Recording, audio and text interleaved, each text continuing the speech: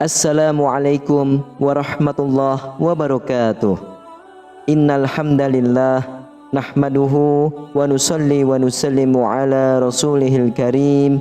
Ashhadu an la ilaha illallah wa ashhadu anna Muhammadan abduhu wa rasuluh. Allahumma salli ala sayyidina Muhammad wa ala ali sayyidina Muhammad. Amma ba'd. Alhamdulillah sahabat beriman, jika video ini muncul di berandamu, ini adalah petunjuk dari Allah kepadamu. Setidaknya sempatkanlah menulis sholawat kepada Nabi Muhammad SAW di kolom komentar. Insya Allah bisa menjadi bukti kecintaan kita untuk mendapatkan syafaat kelak di akhirat. Amin, Allahumma amin. Sahabat beriman yang dirahmati oleh Allah Subhanahu wa Ta'ala, selama ini banyak yang menganggap bahwa setiap manusia akan mendapatkan syafaat di hari kiamat, tidak peduli seberapa besar dosanya. Namun, benarkah demikian? Apakah benar bahwa setiap manusia akan diberikan syafaat oleh Rasulullah? Di dalam video ini kita akan membahas siapa saja yang tidak mendapatkan syafaat di hari kiamat. Bahkan Rasulullah sendiri tidak mau memandang mereka. Berikut adalah 10 golongan orang yang tidak diberi syafaat oleh Rasulullah. Yang pertama adalah orang yang mempersekutukan Allah. Orang ini juga termasuk orang yang tidak akan mendapatkan syafaat di hari kiamat. Hal ini disebutkan dalam banyak ayat Al-Quran. Di antaranya ada di dalam surah An-Nisa ayat 48 yang artinya, sesungguhnya Allah tidak akan mengampuni dosa karena mempersekutukannya atau syirik, dan Dia mengampuni apa dosa yang selain syirik itu bagi siapa yang Dia kehendaki. Barang siapa mempersekutukan Allah, maka sungguh dia telah berbuat dosa yang besar. Selain itu, hadis dari Rasulullah SAW juga menyatakan, barang siapa yang mati dalam keadaan mempersekutukan Allah, maka ia akan masuk neraka dan kekal di dalamnya selamanya. Hadis riwayat Imam Bukhari dan Imam Muslim. Ulama menegaskan bahwa mempersekutukan Allah adalah dosa besar yang sangat berbahaya dan harus dihindari oleh setiap muslim. Lalu yang kedua adalah orang yang melakukan sholat dengan penuh riya. Sholat yang bermaksud untuk diperlihatkan kebaikan dalam sholatnya kepada orang lain dan mengumbar-ngumbar kesombongan, termasuk di antara orang yang tidak akan mendapatkan syafaat di hari kiamat. Hal ini dijelaskan dalam hadis, janganlah kalian sholat dengan riya, karena orang yang sholat dengan riya maka Allah tidak akan memperhatikannya. Hadis riwayat Imam Bukhari. Mayoritas ulama sepakat bahwa orang yang melakukan sholat dengan penuh riya dan kesombongan termasuk di antara orang yang tidak akan mendapatkan syafaat di hari kiamat, karena termasuk orang yang munafik. Lalu yang ketiga adalah orang yang tidak menjaga wudhu dengan baik.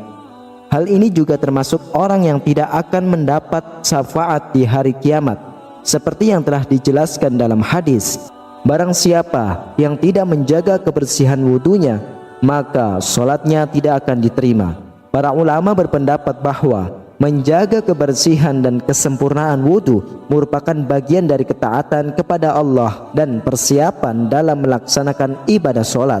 Oleh karena itu, orang yang tidak menjaga wudhu dengan baik menunjukkan ketidakseriusan dalam menjalankan ibadah sholat.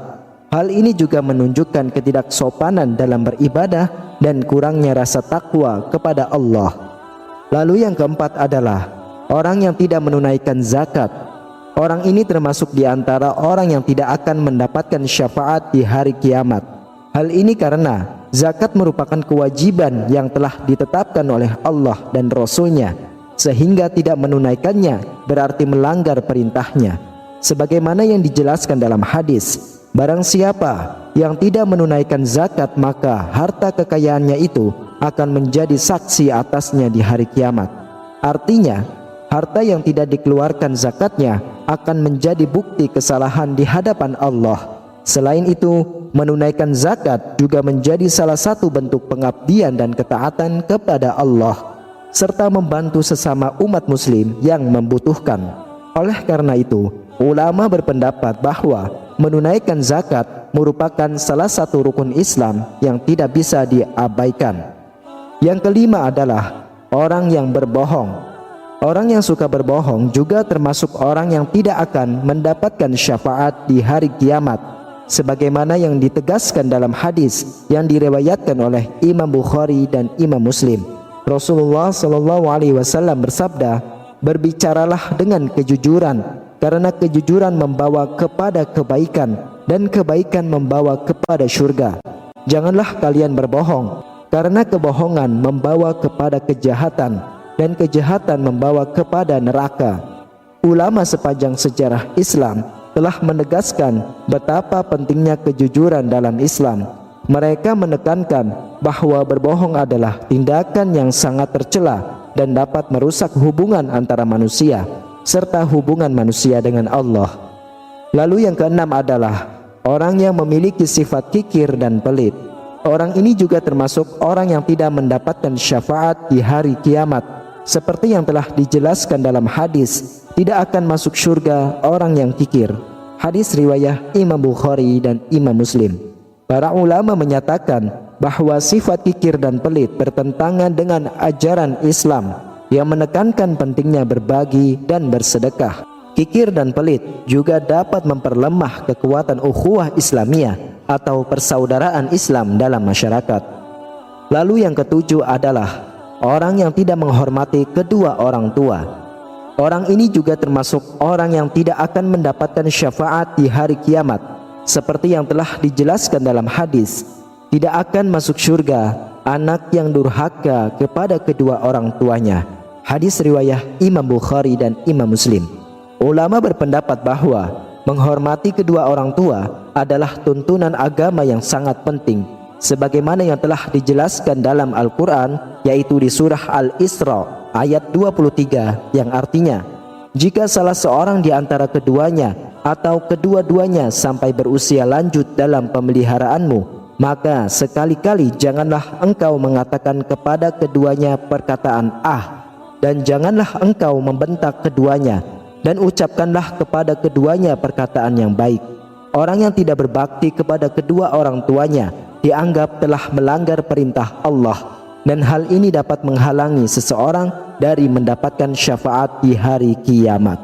Selanjutnya yang kedelapan adalah pemimpin yang tidak adil.